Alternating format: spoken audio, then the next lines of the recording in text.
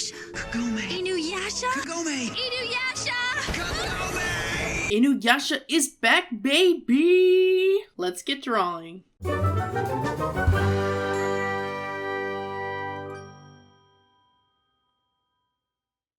Let me tell you the story about a 14-year-old nerd who loved reading Harry Potter books and rewatching the Lord of the Rings movies way back in ye days of old, which was 2004 to 2005. So let me paint you a picture. Little bitty S comic maker was really starting to get into anime and manga at this time. I could not get enough of it. I watched all kinds of stuff. School Rumble, Chobits, Azumanga Fruits Basket, Card Captors, Kaleido Star, Samurai Champloo, Full Metal Alchemist, and so many more. But for some reason, the show I made the most art for was the half-demon dog boy, Inuyasha. It was one of those isekais that took off before we even had an isekai every stinking season like we do now. It follows the story of a girl named Kagome who jumps into a well and ends up in feudal Japan. Turns out she's the reincarnation of a priestess, and there's a jewel, and well, I could go on forever about the plot since there are so many seasons. But the manga started in 1996 and the anime started in 2000. But by the time it started playing on Adult Swim in the US, it was around 2002, so many people weren't really familiar with it overseas until then. So by the time that I started getting into it at about 14 years old, there was plenty of content to consume and the show was still going on.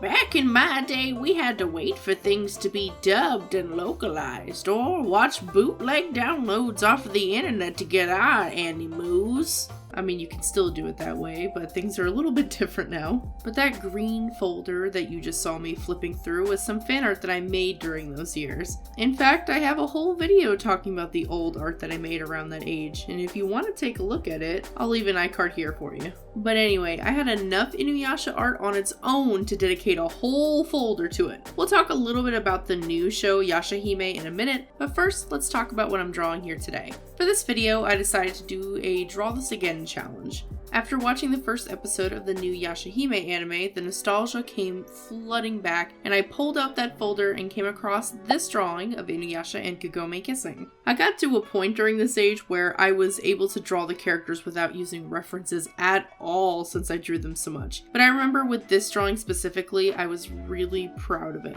I remember that I was kind of starting to try to draw in my own style or in a style that was different than how the anime or manga that I read looked. And also at this time, I had never drawn, or at least successfully drawn, characters kissing before this point. I was so embarrassed drawing this, and I got teased a lot for it, but I did not care. I was so stinking proud of this stupid drawing. I still struggle when it comes to drawing characters embracing or interacting closely, so I thought it would be a good opportunity to see what kind of things I've improved on since then. Hard to believe it's been about 16 years since I made this first one. I wanted to keep it as similar as possible to the first one, so for the pose I went with the same kind of angle for the smooch, or at least to copy the angle that I was trying to do at that age. I feel like how I drew this doesn't really reflect my current style, but I learned a lot while making it, and it's been a while since I've sat down and colored something into one of my sketchbooks. So for this drawing, I used my Rendr Sketchbook that works really well with alcohol-based markers, a mechanical pencil with red lead. I also used regular lead, then I used my trusty Pentel Brush Pen and a mix between Copic markers, Parku, and Arteza markers. I kind of just went at it with everything that I had, which was actually my first time using multiple kinds of markers for a drawing. If you want to see the supplies I used, I'll leave links for everything in the description. Something I did end up changing in this drawing though was the placement of Inuyasha's arm. When I drew this originally, I wanted Kagome holding onto Inuyasha, but I didn't know how to draw them holding each other at the time, so I totally dodged drawing his hand by covering it with his sleeve. This is something that I find a lot of young artists do. I know I did when I was a kid too. Hands can be really difficult to draw, but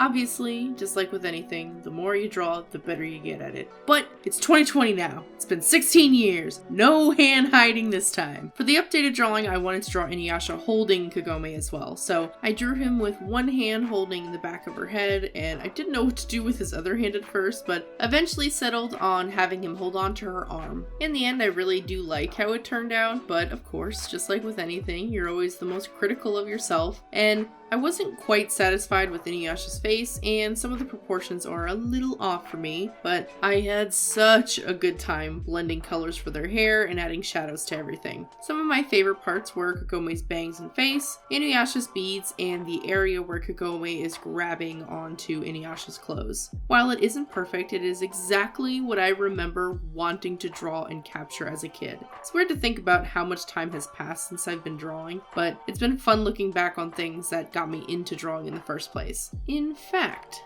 the very same green folder from the beginning of this video is the exact folder that I was drawing in when my now husband talked to me for the first time 15 years ago. He was all like, "Ooh, is that anime?" And I was like, "Yeah." And he was like, "Ooh, girl." And I was like, "Ooh, boy." And then we got married. I mean, there was some other stuff in between, but like, that's pretty much it.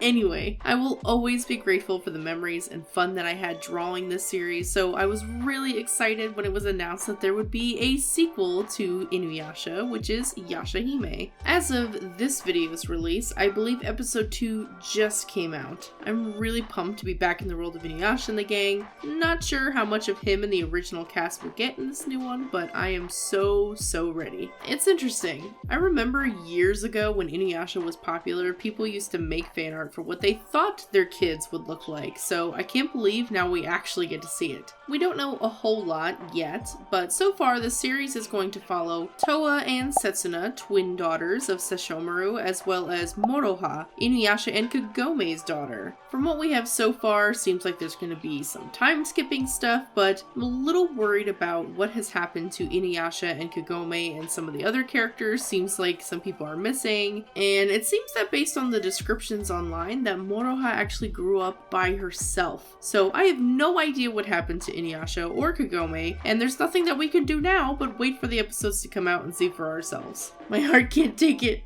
Where are they? Inuyasha! Kagome!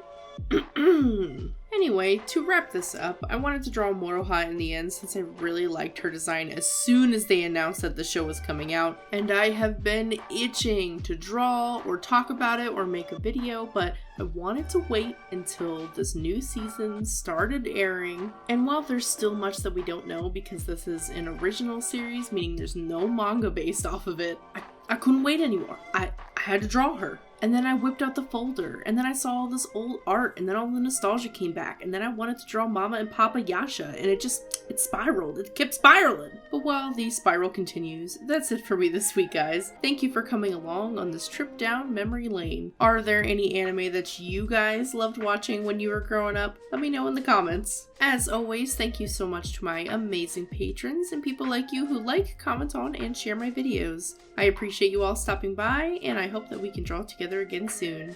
Bye, guys.